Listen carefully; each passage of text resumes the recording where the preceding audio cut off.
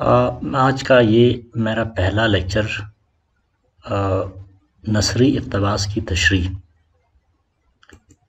نثری اقتباس کی تشریح نہم اور دہم دونوں جماعتوں کے لیے ہیں، لہٰذا میرا یہ لیکچر نہم اور دہم دونوں کلاسز کے اسٹوڈنٹس اس کو دیکھ سکتے ہیں اور اس سے استفادہ حاصل کر سکتے ہیں.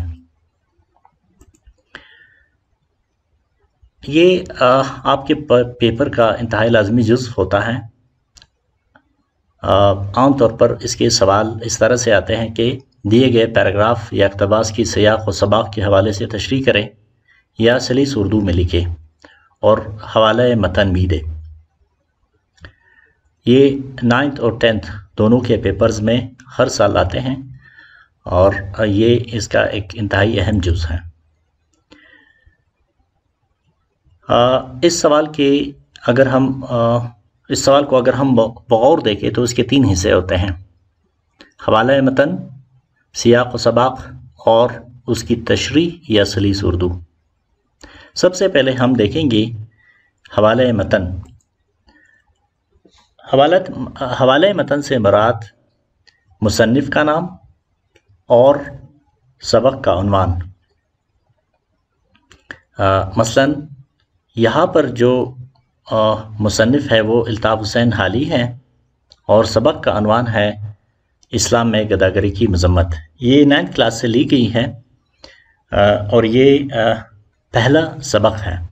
اور یہاں یہ جو اقتباس دیا گیا ہے یہ صفحہ نمبر 11 پر سوالات میں موجود ہیں. آپ اس کو بھی غور سے دیکھ لیں تاکہ جب بعد میں تشریح کروں گا تو آپ کی سمجھ میں صحیح طرح سے آ سکے. آگے بڑھتے ہیں. سیاق و سباق. سیاق و سباق کے کیا معنی ہے؟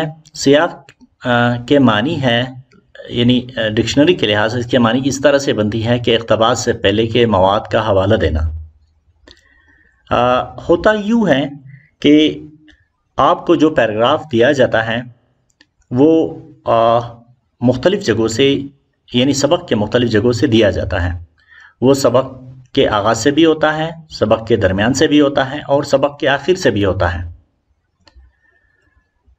وہ چونکہ ایک پیراگراف پر مشتمل ہوتا ہے اس لیے اکثر اوقات جب آپ اس کو پڑھتے ہیں تو وہ آپ کی سمجھ میں صحیح طرح سے نہیں آتا کہ اس میں کیا بیان کیا جاتا ہے. تو اس لیے یہ ضروری ہوتا ہے کہ اس پیراگراف کو واضح کیا جائے کہ اس میں جو مواد دیا گیا ہے اس کا مطلب کیا نکلتا ہے. تو اس لحاظ سے یہ لازمی ہو جاتا ہے کہ ہم سیاق و سباق کا حوالہ دے دیں، یعنی اس اقتباس سے پہلے اور اس اقتباس کے بعد جو مواد موجود ہیں اس کا آپ حوالہ دیں گے تب جا کر وہ پیراگراف آپ کے لیے واضح بنے گا. تو اس طرح سے ہم یہ کہہ سکتے ہیں کہ سیاق و سباق کا مطلب مجموعی طور پر سبق کا ایسا مختصر خلاصہ بیان کرنا ہے جس سے دیے گئے اقتباس کا مفہوم بالکل واضح ہو جائے. تو سیاق و سباق کا مطلب یہ ہوا کہ آپ نے سبق کا مختصر ترین خلاصہ بیان کرنا ہے. آپ خلاصہ ہی کہہ لیں، لیکن یہ دراصل وہ انتہائی اہم نکتے ہوتے ہیں جس کو بیان کر کے آپ اس اقتباس کی طرف آتے ہیں تاکہ اس اقتباس کا مفہوم واضح ہو جائے.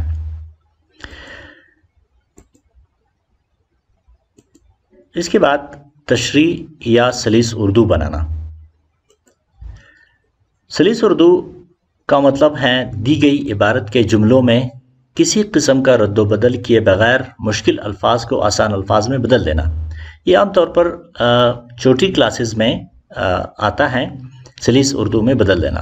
سلیس اردو جیسے کہ یہاں پر بیان کیا گیا ہے کہ دی گئی عبارت کے جملوں میں کوئی خاص آپ رد و بدل نہیں کرتے بلکہ صرف مشکل الفاظ کو آپ آسان الفاظ میں بدل دیتے ہیں اور یوں وہ سلیس اردو میں تبدیل ہو جاتا ہے.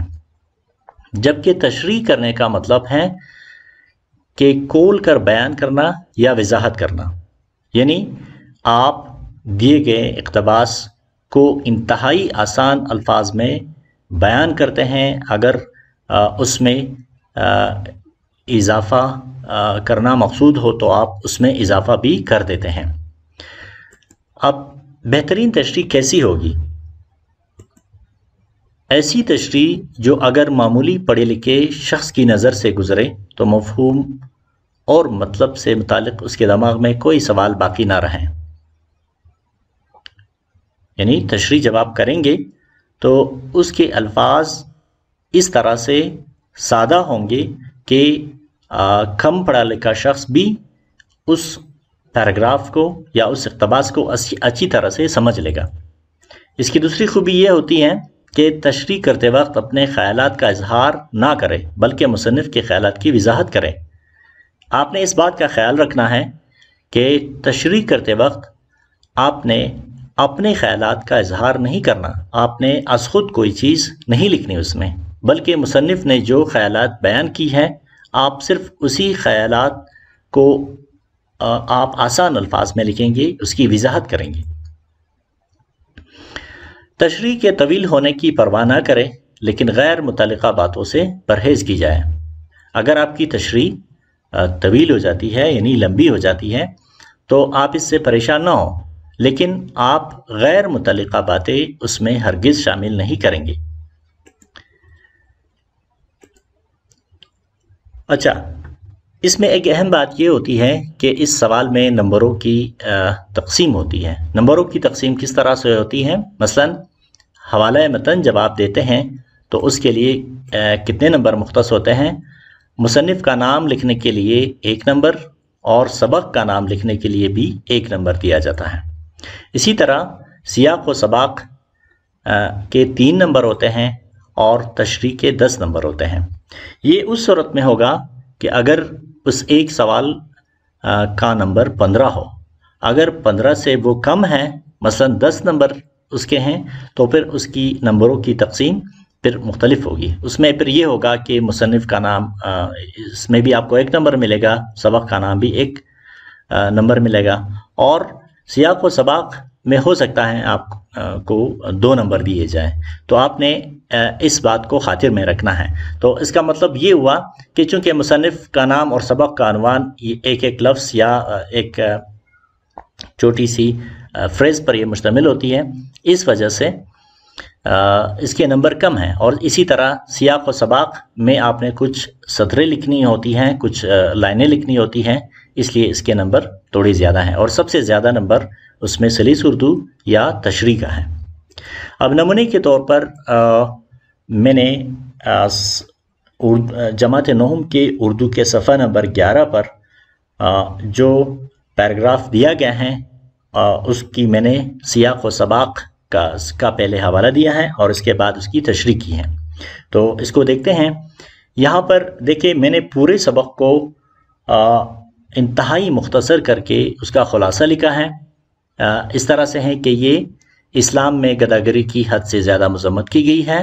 حضور صلی اللہ علیہ وآلہ وسلم نے اپنی زندگی میں خاص طور پر گداگری کی روک تھام کا اہتمام فرمایا۔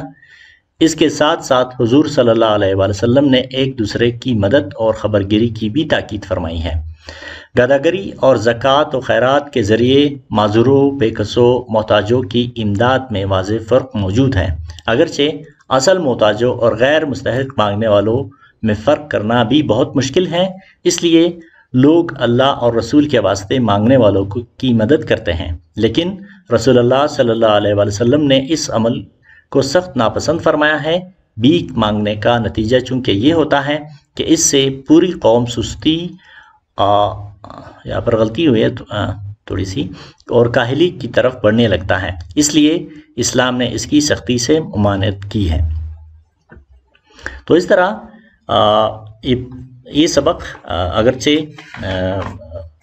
بڑا سبق ہے لیکن اس کو انتہائی مختصر کر کے میں نے اس کا خلاصہ لکھا ہے، وہ اس لیے کہ ابھی جو آپ تشریح پڑھیں گے دیے گئے پیراگراف کی، اس کے لیے میں نے ایک تمہید باندھی ہے تاکہ اس کو سمجھنے میں آپ کے لیے آسانی پیدا ہو یا پڑھنے والے کے لیے آسانی پیدا ہو۔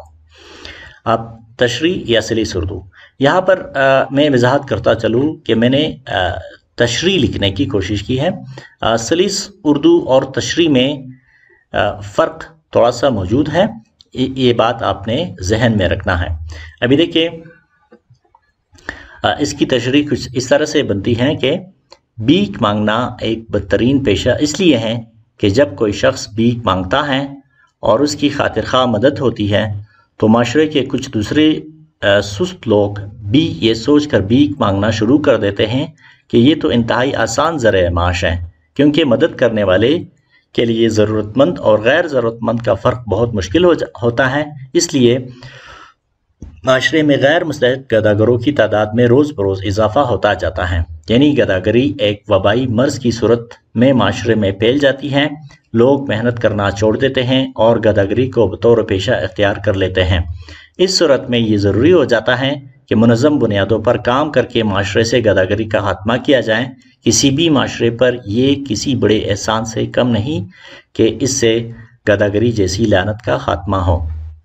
تو اس طرح سے میں نے دیے گئے پیراگراف کی تشریح کی ہے۔ اب یہ ایک مہارت ہے، یعنی دیے گئے پیراگراف کی تشریح لکھنا ایک مہارت ہے، اور اردو مضمون کا مقصد ہی یہی ہوتا ہے کہ آپ میں مختلف قسم کی مہارتیں پیدا کی جائیں۔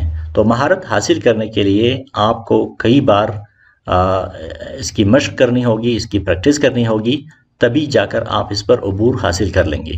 تو آپ کے پاس وقت ہے، میں نے نمونے کے طور پر یہ پیراگراف آپ کے لیے سلیس اردو میں یا تشریح کر کے اس کی لکھ دی ہیں۔ اب یہ آپ لوگوں پر منحصر ہیں کہ آپ کتنا پریکٹس کرتے ہیں اور اس مہارت کو سیکھتے ہیں۔ اپنا خیال رکھیے۔